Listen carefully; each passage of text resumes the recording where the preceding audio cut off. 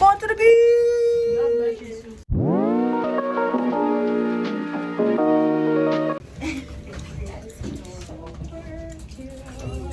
Hey guys. And I love that we all just big round here. Yeah. She got the donuts. I got my water. And the snacks.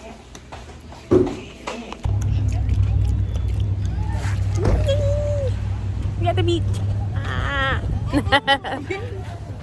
What? Look at my friends looking all cute and stuff. The donuts. Ooh. Right here. Oh, I can't see now. It's so nice. It's not super hot either. I'm shaking.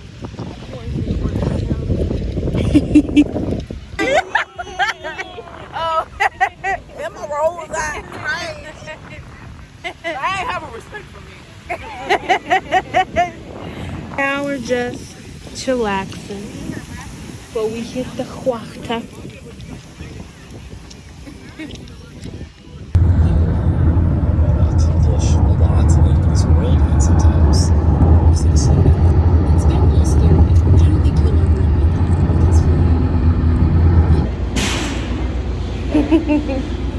Stop asking for less.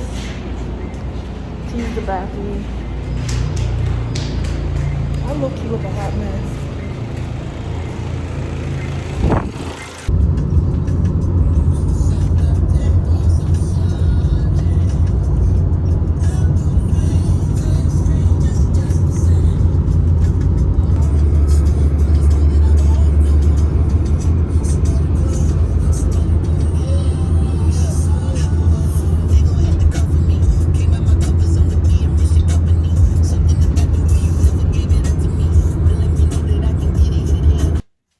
Okay, hello guys, it is Tasia from the future again, and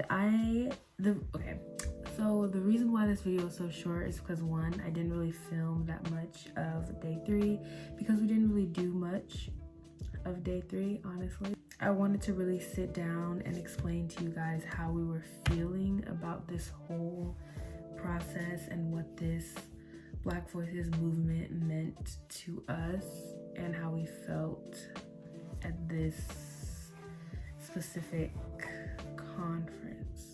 Day 1 was all good and dandy. It was the welcome day, so we were feeling very nervous, very excited, but the nerves kind of went away and we were more so anxious of what's to come, because in the itinerary that they sent us, they didn't send us what we were going to be doing, what we were going to be talking about. They just sent us, okay, session 1, session 2, session 3, and the times and the place. So that kind of made us anxious because we're not used to that. Our church is very organized when we go on trips and stuff like that. We know exactly what we're going to be doing and talking about, and so we can like prepare ourselves ahead of time. So when we met everyone seemed so nice, you know, and they were nice, like they're nice people, and the whole experience seemed like it started off on a good note.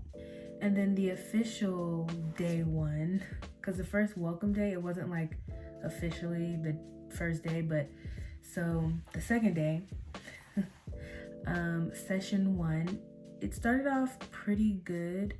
We were just worshiping, and then they did like a praise break, and then on the praise break, it was all fun and games until we realized that like some people were, I don't know, making a mock out of shouting, which we kind of just let it go, let it slide, because we all fall guilty of, you know, pretending to shout or like, hey, you know, we all do that. So we're kind of just like, okay, whatever. So in the first session, people were just talking and introducing themselves. We're getting to know them better. And then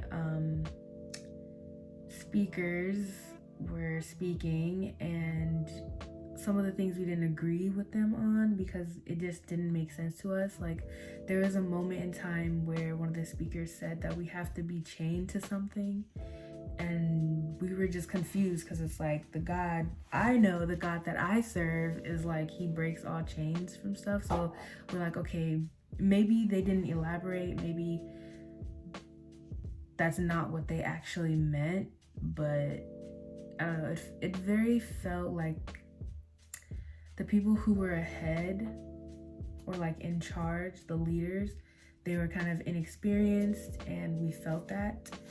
So we felt a little bit uncomfortable. And then I'm pretty sure this was session 2 of the first day. This is just the first day. And we broke up into separate groups. And the tasks to be in these groups were to basically tell someone who they are. And it sort of felt like false prophecy because they did an example and they called the girl up, and the girl was just standing there and they're like, I think that you feel this, and I think that you're supposed to be doing this, and it definitely feels like God is telling me that you need to do this, and that's how you feel, and this is how you react to things. And the girl was just standing up there like, yeah. But then later on, in one of the other sessions that I'm going to talk about, she basically told us, because we sat down with her and we were like talking to her, and she told us that like, nah, she didn't really relate to anything that they were saying, but she can kind of feel it in a sense, sort of way, but she didn't really, so it kind of like threw her off. So then we're like, okay, now we see what the problem is. I believe the title of that session was like your true identity or something weird like that. And it's like, okay, if you have someone who is an actual prophet and can say like, yes, then do that. But it's like to have us break up into groups and we're just random people, like, because I know I can't prophesy like that on other people's lives. Like, I just can't. So we didn't participate, but we kind of like sat to the side and watched pretty much because we felt uncomfortable, especially this is a new environment that we're in, and these were people who they had a relationship with God, we think. So it's like we don't know anything for sure. So to have someone trying to tell us who we are and our true identity is kind of like, this can throw people off for sure, especially people who are trying to find their true identity within themselves and like who they are. And also their relationship with God is like, it's a work in progress. So you can't be doing stuff like that, you know? The third session of the second day was pretty good. It was just praise, which they're really good at. And that's what we started to notice and feel. It felt kind of like a gimmick, like not a gimmick, but it kind of felt like they didn't really care about the Black voices. They just wanted to get their name out there because it seemed like they were like a music group and they were just trying to perfect that in a way. And so they kind of threw in the sessions as like, okay, we're going to come together and chat, but we don't necessarily know what we're talking about, nor are we like organized in the sessions themselves. So it's like it felt like fillers pretty much. And so when we got to praise, the praise was really good and we enjoyed it. Like, I enjoyed the music a lot. Okay, so moving on to day 3, session 1 was good. We were in the park and we felt very comfortable. The wind was blowing and they were praising. I know you probably guys seen the clips in my last videos to try to like put the pieces together. I don't feel like putting the film in, whatever. But yeah, we were in the park and they were praising and we were just worshiping together and it was so beautiful. The weather was so nice. And then people started talking. No, but for real, like a girl came up and they started talking about healing. And we all know that God heals. we're in a group of people who all know that, you know, we know that God performs miracles and wonders. But the way that they were doing it felt very superficial, and it felt like a lie in a way. Like, let me just be honest, it felt like some people were capping, because it was very superficial in the way of like, oh yeah, so they called people up to do testimonies, and they were like, oh yeah, I had this pain in my lower back, and then this woman prayed for me, and that pain instantly went away. And then we're just like, okay, period, like, yes. Then another girl or guy came up, whoever it was, and they're like, yeah, I had a pain in my foot, and the girl prayed over me, and the pain instantly went away. Boom. And we're like, okay, like, yeah, okay, good. And then another person came up, and they're like, yeah, my head and like my toe and blah blah blah, someone prayed for me, and that pain in my toe and my head just went away. And we're just like, okay, like, no, this is what we're not finna do. Like, we're not finna just sit up here and cap because that's very superficial. And what God does is so powerful that, and yes, he does little things like that as well, but the way that they were going about it, it sort of felt like, okay, I'm gonna just go up here and say this so people can get the idea.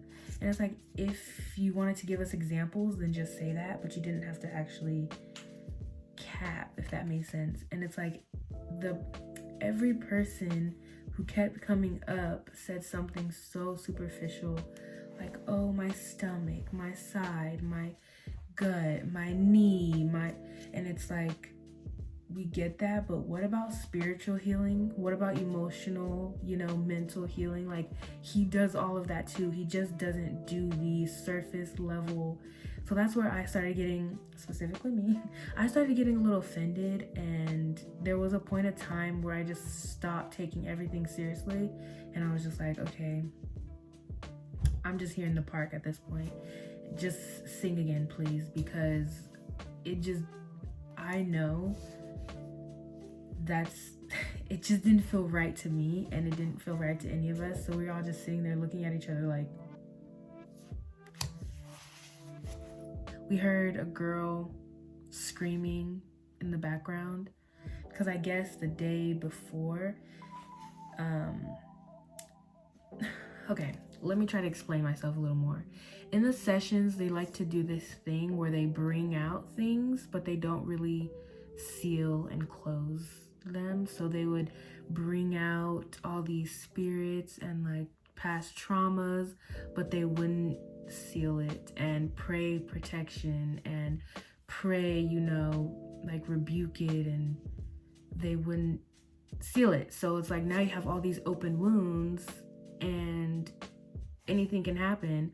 And so since you have all these open wounds, you're more like acceptable to other things, and other things can get inside of you. It's like you cut yourself and you just leave it, you don't bandage. Like, dirt can get in there, you can get infected. It's the exact same way, but spiritually. And so we were very uncomfortable, and we just didn't want to be there anymore. So session 2 and 3, we actually didn't attend.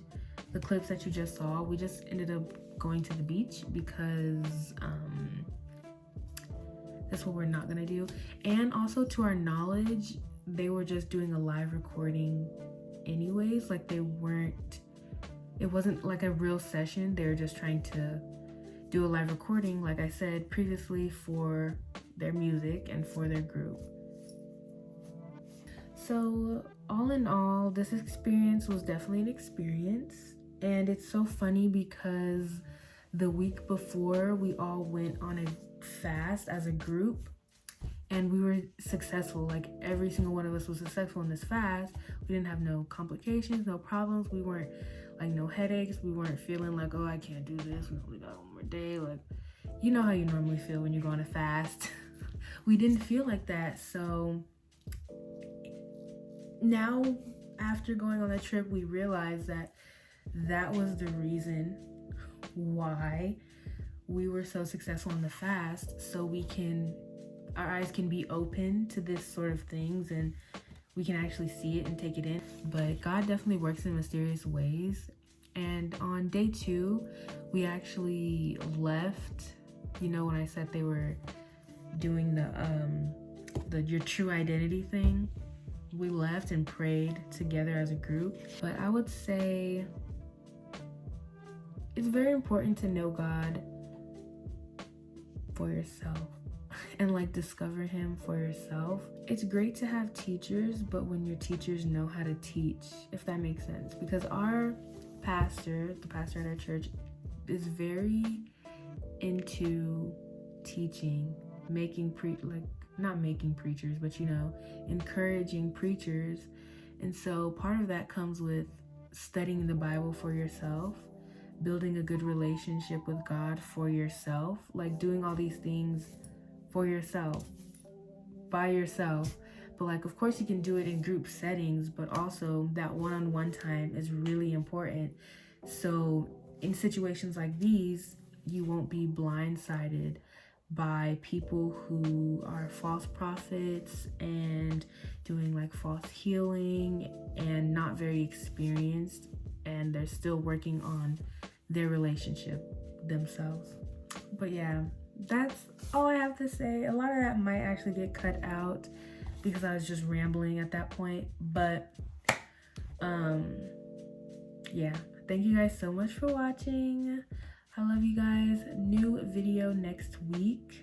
I am getting into this consistency thing and I'm loving the feeling. Okay, as you can see, I took my hair down. I want to get dreads, so not dreads, I want to get locks.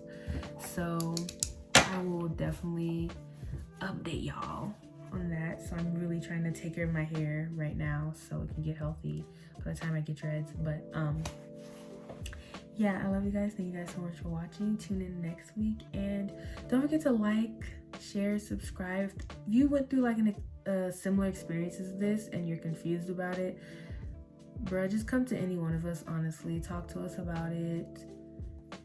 Do whatever you feel like you need to do, okay, to get the clarity that you need. But yeah, share. Subscribing is free. I know subscriptions always sound like you have to pay for something, but on the YouTube platform, you don't. So do that. Thank you. And don't forget, love thy neighbors. Bye.